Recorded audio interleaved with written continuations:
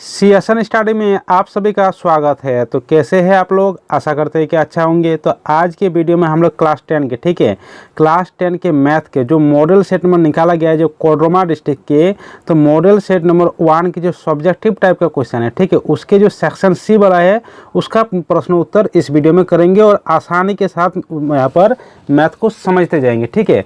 इससे पहले जो आप लोगों का सेट 1 का जो आप लोगों का है सेक्शन ए और सेक्शन बी वाला, वो वाला प्रश्न उत्तर हम लोग कर चुके हैं, वो वाला प्रश्न हम लोग हल कर चुके हैं। अगर वो वाला वीडियो नहीं देखे तो जाकर देख लीजिएगा। तो आज इस वीडियो में हम लोग करेंगे सेक्शन सी वाला, जो कि दीर्घ उत्तरीय वाला प्रश्न उत्तर है, उस प्रश्न का हल करेंगे इस वीडियो में। तो चलिए शुरू करते हैं।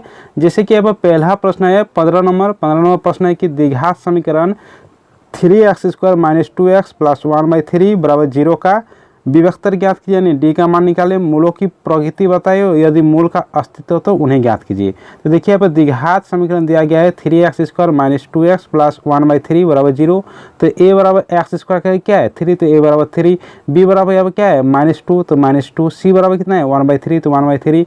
यहाँ पर d निकालेंगे यानी विभक्तर, तो d बराबर क्या होता है b² - 4ac। b का मान -2, तो यहाँ पर -2² -4 × a यहाँ पर 3 × c कितना है 1/3, तो यहाँ पर 3 कट जाएगा। -2 का होल स्क्वायर 4 -4 यानी 4 - 4 कितना होगा 0, यानी d बराबर यहाँ पर आएगा 0, d का मान आ जाएगा 0। अब निकालेंगे मूलों की प्रकृति। तो जब d बराबर 0 होती है तो मूलों की प्रकृति क्या होती है, प्रकृति वास्तविक एवं बराबर होती है। तो मूलों की प्रकृति वास्तविक एवं बराबर है। अब x का मान निकालेंगे, जो कि c नंबर है कि मूल का अस्तित्व तो उन्हें ज्ञात कीजिए। तो यहाँ पर x बराबर निकालेंगे, तो x बराबर क्या फॉर्मूला था -b √2d / 2a होता है। तो b का मान यहाँ पर कितना है, b का मान यहाँ पर है -2। ठीक है, तो b का मान यहाँ पर -2 रखेंगे। देखिए यहाँ पर पहले माइनस है, फिर -2, b का मान प्लस में √d का मान निकले यहाँ पर 0, 2 × a का मान यहाँ पर 3 दिया गया है प्रश्न में। ठीक है, तो 2 × 3। अब माइनस इंटू माइनस कितना हो जाएगा ++2 हो जाएगा। प्लस इंटू माइनस यहाँ पर प्लस इंटू माइनस है √0 यानी 0, और नीचे 2 × 3 तो 2 × 3। ठीक है, तो देखिए अब एक बार +0 है, एक बार -0 है। तो सबसे पहले +0 करेंगे, 2 + 0 नीचे 2 - 3, फिर x बराबर 2 - 0 2 × 3। तो x बराबर यहाँ पर होगा 2 + 0 2 होगा, नीचे 2 × 3 यहाँ पर 2 कट जाएगा। इसमें भी अगर करेंगे x बराबर यहाँ पर 2 - 0 तो 2 में 0 जाएगा 2, और नीचे 2 × 3 यानी 2 कट जाएगा। तो यहाँ पर कितना बचेगा x बराबर यहाँ पर 1/3, यहाँ पर भी 1/3। ठीक है, यानी x बराबर निकल जाएगा 1/3 और 1/3। ठीक है, अगला प्रश्न देख लेते हैं 16 नंबर प्रश्न, जो कि थ्योरम से है, प्रमेय से, कि सिद्ध कीजिए कि एक समकोण त्रिभुज में कर्ण का वर्ग शेष दो भुजा के वर्गों के योग के बराबर होता है। ठीक है, तो सबसे पहले एक त्रिभुज यहाँ पर ले लेते हैं। एक त्रिभुज यहाँ पर ए बी सी ले लिए, जिसमें एक यहाँ पर लंब खींचे, बी डी लंब ए सी पर खींचे। ठीक है, तो ये क्या है कि माना एक समकोण त्रिभुज ए बी सी है, जिसमें कोण भी 90 डिग्री है, कोण भी 90 डिग्री है। सिद्ध करना क्या बोला गया कि कर्ण का स्क्वायर बराबर शेष दो भुजा के वर्ग का योग। ठीक है, देखिए यहाँ पर कर्ण क्या हो जाएगा, कर्ण हो जाएगा ए सी स्क्वायर बराबर शेष भुजाओं के वर्ग के, यानी AB² + BC²। ठीक है, इसको सिद्ध करने के लिए कहा गया। यहाँ पर रचना जो हम अपने से ले रहे हैं, यहाँ पर क्या हो रहा है, AC के ऊपर BD से लंब खींच रहे हैं 90 डिग्री, यानी BD लंब AC है। ठीक है, तो यहाँ पर देखिए यहाँ पर क्या है, त्रिभुज ADB समरूप त्रिभुज ABC में। ठीक है, यहाँ पर इसको नीचे करते थोड़ा एक सेकेंड, त्रिभुज ADB समरूप ADB। ठीक है, ADB और पूरा त्रिभुज का ABC दोनों में लेते हैं। यहाँ पर क्या है कि त्रिभुज ADB समरूप त्रिभुज ABC में। तो यह क्या कि पहले देखिए AD में पहले का दो अक्षर A और D, तो AD लिए, उसी तरह यहाँ पर अगर पहले दो वाला लिया तो यहाँ पर भी 2 हो जाएगा, तो AB होगा, तो AD/AB बराबर कितना होगा, यहाँ पर AB बीच वाला छोड़ रहे हैं AB, तो यहाँ पर क्या हो जाएगा AC, तो AB/AC। ठीक है, यहाँ पर ऊपर नीचे गुना कीजिए, AD × AC, तो AD × AC, यहाँ पर AB × AB कितना होगा, AB² होगा। इसको समीकरण 1 ले लेते हैं। उसी तरह आप लेते हैं यहाँ पर त्रिभुज BDC समरूप त्रिभुज ABC। ठीक है, तो यहाँ पर देखिए CD बाद वाला ले रहे हैं CD, तो यहाँ पर बाद वाला हो जाएगा BC, यानी CD/BC बराबर यहाँ पर क्या है कि BC, देखिए BC यहाँ पर इसी तरह AC हो जाएगा, तो BC/AC। इसको गुना कीजिए ऊपर नीचे, यहाँ पर क्या होगा CD × AC, CD × AC, और BC × BC, तो BC × BC क्या होगा BC²। इसको समीकरण 2 लेते हैं। अब समीकरण 1 और 2 को जोड़ देते हैं। ठीक है, समीकरण 1 में देखिए क्या है AD × AC, और इधर का है CD × AC, तो दोनों को जोड़ देते हैं। इधर AD × AC + CD × AC बराबर इसमें देखिए इसमें AB² है, और इसमें क्या है, इसमें BC² है, इसमें BC² है, तो AB² + BC²। ठीक है, इसमें अब देखिए इसमें दोनों में क्या कॉमन है, इसमें दोनों में कॉमन AC है, इसमें भी AC है, इसमें भी AC है, तो AC को कॉमन ले लेते हैं। तो यहाँ पे AC बचा तो यहाँ पे क्या होगा AD प्लस यहाँ पे कितना हो जाएगा CD बराबर इधर कितना है AB square plus BC square, तो AB square plus BC square. ठीक है, यहाँ पर देखिए AC, तो यहाँ पर AC हुआ, और यहाँ पर देखिए AD प्लस CD, यहाँ पर देखिए AD और CD, देखिए AD और CD को जोड़ेंगे, AD और CD कितना होगा पूरा AC हो जाएगा। ठीक है, पूरा ये AC हो जाएगा, तो यहाँ पर AC बराबर है AB square plus BC square, तो AC इंटू AC कितना होगा AC स्क्वायर बराबर AB square plus BC square. इसी को सिद्ध करने के लिए कहा गया था, देखिए जैसे कि यहाँ पर है कि कर्ण का स्क्वायर बराबर शेष दो भुजा के वर्ग का स्क्वायर का योग, यानी AC स्क्वायर बराबर AB square plus BC square. तो देखिए यहाँ पर आ गया AC स्क्वायर बराबर AB square plus BC square, proved हो गया। चलिए अब अगला प्रश्न देख लेते हैं। प्रश्न यहाँ पर है 17 नंबर प्रश्न है कि आंधी आने से एक पेड़ टूट जाता है, टूटा हुआ भाग इस तरह मुड़ जाता है कि पेड़ का शिखर जमीन को छूने लगता है और इसके साथ 30 डिग्री का कोण बनाता है। पेड़ के पाद बिंदु की दूरी जहाँ का शिखर का जमीन को छूता है 8 मीटर है। पेड़ को ऊंचाई याद कीजिए। ठीक है, जैसे कि यहाँ पे एक पेड़ है, सबसे पहले मान लेते कि एक पेड़ है AC तक। ठीक है, पूरा AC एक लंबाई के पेड़ है, तो यहाँ पर क्या आ रहा है, तूफान आ रहा है, आंधी आ रहा है, तो पेड़ यहाँ पर टूट जाता है, तो पेड़ का टहनी यहाँ पर B बिंदु पर टूट जाती है। ठीक है, और जो ये टूटा हुआ भाग है, जो यहाँ पर डॉट डॉट दिखाया गया है, यानी डॉट डॉट, तो ये टूटा हुआ भाग नीचे गिर जाता है, नीचे यहाँ इसको छूता है। ठीक है, तो यहाँ पर निकालने बुलाया गया कि पेड़ की ऊंचाई याद कीजिए। तो पेड़ की ऊंचाई क्या हो जाएगी, पूरा ऊंचाई होगा, तो यहाँ पर AB का मान निकालेंगे, और ये टूटा हुआ भाग यहाँ पर नीचे निकाल दें, यानी BD का मान निकालेंगे। ठीक है, AD और BD का मान निकालेंगे और दोनों को जोड़ देंगे, तो पेड़ की ऊंचाई यहाँ पर निकल जाएगा। तो चलिए बनाते हैं इसको।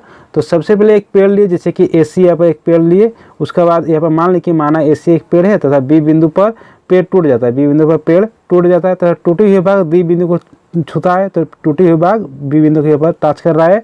तो यहाँ पर देखिए AD बराबर दिया गया है, देखिए यहाँ पर देखिए जमीन को छूता है 8 मीटर है। ठीक है, तो यहाँ पर ये क्या है 8 मीटर, ये 8 मीटर है, तो AD बराबर 8 मीटर। तो सबसे पहले हम लोग निकालते हैं इसमें, एक सेकेंड यहाँ पर क्या आ गया, इसको सबसे पहले निकालेंगे, क्या बड़ा निकालेंगे AB वाला भाग। ठीक है, तो AB वाला भाग निकालेंगे, तो इसको मान लेते हैं यहाँ पर 30 डिग्री दिया हुआ है ये, तो ये थीटा हुआ। तो ठीक है, तो ये थीटा है, तो ये फॉर्मूला क्या होगा, P होगा या B होगा। तो हमें B दिया गया है, P निकालना है, तो P बटा B किस में संबंध होता है, tan में होता है, इसलिए यहाँ पर tan थीटा लेंगे। तो tan 30 डिग्री बराबर क्या होता है P बटा B, तो P है यहाँ पर AB और B है AD, तो AB बटा AD। ठीक है, तो tan जाएंगे इसको, तो आगे देखिए ऊपर क्या होता है, ऊपर नीचे गुना करेंगे √3 इंटू AB, तो √3 AB, इधर ऊपर नीचे 8 इंटू 1 यानी 8, यानी यहाँ पर आगे करेंगे तो AB बराबर 8 डिवाइड √3 यानी 8 बटा √3। तो यहाँ पर AB निकल गया, AB वाला निकल गया। अब निकालेंगे BD, तो ठीक है, तो BD कैसे निकालेंगे, फॉर्मूला वही लगाएंगे। यहाँ पर देखिए ये है, ये अगर ये रहता तो इसको P बोला जाता है, इसको B बोला जाता है, इसको H बोला जाता है। ठीक है, तो यहाँ पर B दिया गया है और H निकला यानी B बटा H, तो B बटा H यानी कॉस फॉर्मूला लगाएंगे इसमें। ठीक है, तो समकोण त्रिभुज BAD में कॉस 30 डिग्री। ठीक है, तो कॉस 30 डिग्री क्या फॉर्मूला होता है, B बटा H, तो B कितना है AD और H कितना है यहाँ पर BD। ठीक है, यानी AD बटा BD हो जाएगा। तो कॉस 30 डिग्री बराबर AD बटा BD, और कॉस 30 डिग्री का मान होता है √3 बटा 2। यहाँ पर AD मान दिया गया 8 और BD का मान यहाँ पर निकालना है। इसको आप करेंगे ऊपर नीचे क्या होगा, गुना √3 इंटू BD, तो √3 BD और 2 इंटू 8 यानी 16। तो यहाँ पर इसको आगे करेंगे अब, तो यहाँ पर BD बराबर हो जाएगा 16 बटा √3। तो AD भी निकल गया और BD भी निकल गया। अब यहाँ पर AD और BD दोनों निकल गया। तो अब पेड़ की ऊंचाई निकालेंगे यहाँ पर कि अतः पेड़ की ऊंचाई बराबर AB प्लस BD। ठीक है, तो यहाँ पर देखिए AB कितना है 8 बटा √3, तो 8 बटा √3, BD कितना है 16 बटा √3। इसको सरल कर देंगे तो कितना होगा, यहाँ पर √3 हो जाएगा, ऊपर 8 प्लस 16, तो 8 प्लस 16 कितना होगा 24 बटा √3। तो इसको 24 को हम लोग कैसे तोड़ सकते हैं, 24 को हम लोग 3 इंटू 8 में कर सकते हैं, और नीचे √3 है। ठीक है, तो इसमें 3 में एक √3 छिपा हुआ है, तो यहाँ पर √3 हो जाएगा, तो क्या होगा 8 √3 मीटर, 8 √3 मीटर इसका उत्तर हो जाएगा। ठीक है, पेड़ की ऊंचाई कितना निकल जाएगा 8 √3 मीटर, 8 √3 मीटर। अगला प्रश्न अब देखते हैं। अगला प्रश्न जैसे कि अब 18 नंबर है। 18वां प्रश्न है कि एक तुर्की टोपी शंकु के एक छिन्नक के आकार की है, यदि इसके खुले सिरे की त्रिज्या 10 सेंटीमीटर है और ऊपरी सिरे की त्रिज्या 4 सेंटीमीटर और टोपी की तिर्यक ऊंचाई 15 सेंटीमीटर, तो इसके बनाने प्रयुक्त पदार्थ का क्षेत्रफल ज्ञात कीजिए। ठीक है, तो यहाँ पर तुर्की टोपी इस तरह का है, इस तरह की तुर्की टोपी है। यहाँ पर ऊपरी सिरे की त्रिज्या 4 सेंटीमीटर दिया गया और निचले सिरे की त्रिज्या यहाँ पर 10 सेंटीमीटर है और यहाँ पर तिर्यक ऊंचाई 15 सेंटीमीटर दिया गया। तो इसको R1 बोला जाता है। R1 यहाँ पर 10 सेंटीमीटर है, R2 यहाँ पर 4 सेंटीमीटर है और L यहाँ पर 15 सेंटीमीटर है। तो इसको बनाने में प्रयुक्त कितना क्षेत्रफल लगेगा, तो यहाँ पर संपूर्ण छिन्नक का संपूर्ण क्षेत्रफल लगेगा। ठीक है, तो प्रयुक्त पदार्थ का क्षेत्रफल यानी छिन्नक का संपूर्ण पृष्ठ क्षेत्रफल निकलेगा। तो शंकु का संपूर्ण पृष्ठ क्षेत्रफल क्या होता है, पाई R1 plus R2 into L plus pi R2 square. मान बिठाएंगे यहाँ पर पाई बराबर 22/7, यहाँ पर R1 कितना था 10 और R2 कितना है 4 इंटू L यहाँ पर 15 है और फिर पाई के मान यहाँ पर 22/7 इंटू R2 स्क्वायर यानी 4 स्क्वायर। ठीक है, इसको अब आगे करेंगे तो क्या होगा 22/7, 10 और 4 को जोड़ेंगे तो 14 इंटू 15, यहाँ पर 22/7 को यहाँ पर कॉमन ले लिए, इसमें 22/7 को कॉमन ले लिए तो 22/7 तो यहाँ पर कॉमन हो गया, यहाँ पर 4 स्क्वायर 16 बच गया यहाँ पर। इसको अब आगे करेंगे तो क्या होगा 22/7 15 और 14 को गुना करेंगे तो 210 प्लस और यहाँ पर 16 है तो 16। अब आगे करेंगे इसको तो 22/7, यहाँ पर 210 और 16 को जोड़ेंगे तो 226। तो यहाँ पर क्या होगा, अब 226 और 22 को गुना करेंगे तो 4972, नीचे 7 है तो 7। इसको अब इसको 7 से डिवाइड देंगे 4972 को। ठीक है, तो कितना हो जाएगा यहाँ पर 710.2/7 हो जाएगा और वर्ग सेंटीमीटर होगा। तो यहाँ पर प्रयुक्त पदार्थ का क्षेत्रफल निकल गया। अब अगला प्रश्न देख लेते हैं। यहाँ पर 19वां प्रश्न है यहाँ पर कि निम्न आंकड़े का माध्य ज्ञात कीजिए। जिसे कि यहाँ पर आंकड़ा दिया गया है, ये वर्ग अंतराल दिया गया है और यहाँ पर बारहमार्ता दिया गया है। तो चलिए इसका माध्य निकालते हैं। देखिए जो वर्ग अंतराल यहाँ पर दिया गया है, ये तो प्रश्न में वर्ग अंतराल यहाँ पर दिया गया है ये वाला, तो ये लिख दिए। यहाँ पर मध्य बिंदु अपने से निकालेंगे जिसको x कहा जाता है। तो मध्य बिंदु कैसे निकाला जाता है, प्रथम पद प्लस अंतिम पद दोनों को जोड़ेंगे, 2 से डिवाइड देंगे, 2 से भगा दे देंगे। तो यहाँ पर 0 प्लस 10 कितना होगा 10 होगा, 10 को 2 से भगा देंगे तो 5 होगा। यहाँ पर 10 और 20 को जोड़ेंगे तो 30 होगा, 30 को 2 से भगा देंगे तो यहाँ पर 15 हो जाएगा। यहाँ पर 20 और 30 कितना होगा, यहाँ पर 50 तो 25 हो जाएगा आधा। 30 और 40 यहाँ पर 70, 70 का आधा यहाँ पर 35 हो जाएगा। 40 और 50 90, 90 का आधा यहाँ पर 45 हो जाएगा। 50 और 60 110, 110 का आधा यहाँ पर 55 हो जाएगा। ठीक है, अब बारंबारता दिया गया है, जो कि यहाँ पर बारंबारता ये दिया गया है, प्रश्न में दिया गया है। अब बारंबारता को यहाँ पर फ्रीक्वेंसी कहा जाता है, शॉर्ट में एफ। तो बारंबारता यहाँ पर दिया गया है, जो दिया गया है उसी के यहाँ पर हुबहू लिख दिए। अब यहाँ पर क्या करेंगे, यहाँ पर एफ इंटू एक्स यहाँ पर निकालना होगा, जो कि अपने से निकालना है। जिससे कि एफ इंटू एक्स यानी 5 इंटू 5 कितना होगा 25 होगा। 15 इंटू 8 यानी 8 15 120 होगा। 25 गुना 10 कितना हो जाएगा 250।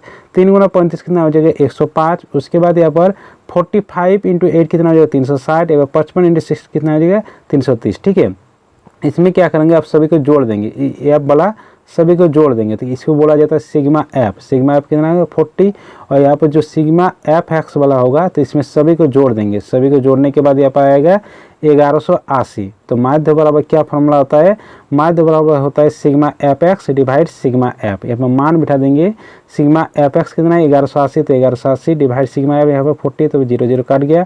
यहाँ पर कितना बचा, यहाँ पर बचा यहाँ पर 118/4। यहाँ पर 2 से काटे इसको, 2 5 10, 2 9 18, यहाँ पर 2 2 4 यानी 59/2।